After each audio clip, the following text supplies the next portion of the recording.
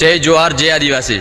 આજે જણાવતા મને બહુ આનંદ થાય છે, કારણ કે આપણે કાલે 9મી ઓગસ્ટ છે, તો એટલા માટે આપણા ભીલ સમાજને બે હાથ જોડીને વિનંતી કરું છું કે કાલે ધાંધ્રા તાલુકામાં રેલી નીકાળવાની છે, તો એ રેલીમાં તમે હાજરી આપજો। કારણ કે બધા લોકોને કામ હોઈ શકે છે, પણ આપણે સમાજ માટે 2 કલાક નીકાળવાનો છે।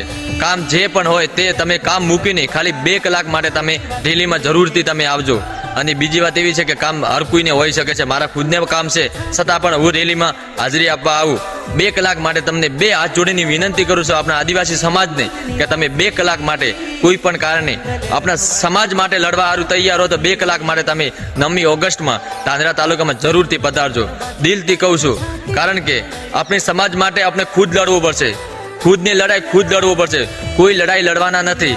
અને અમુક લોકો આપણી સમાજને ઘણા હલકામાં લે છે, એમને પણ દેખાડી દેવું છે કે ભીલ સમાજ કોણ છે અને 9મી ઓગસ્ટ કોણ છે।